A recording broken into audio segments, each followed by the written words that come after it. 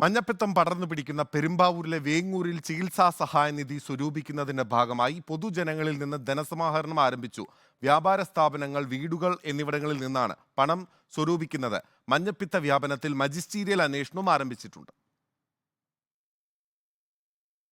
ഒരു മാസത്തോളമായി മഞ്ഞപ്പിത്തം നിയന്ത്രണാതീതമായി പടരുന്ന പെരുമ്പാവൂരിലെ ധനസമാഹരണം തുടങ്ങിയത്. രോഗബാധിതർക്ക് ചികിത്സാ സഹായനിധി സ്വരൂപിക്കുന്നതിന്റെ ഭാഗമായാണ് പഞ്ചായത്ത് ഭരണസമിതിയുടെ നേതൃത്വത്തിൽ പൊതുജനങ്ങൾക്കിടയിൽ നിന്ന് ധനസമാഹരണം നടത്തുന്നത്.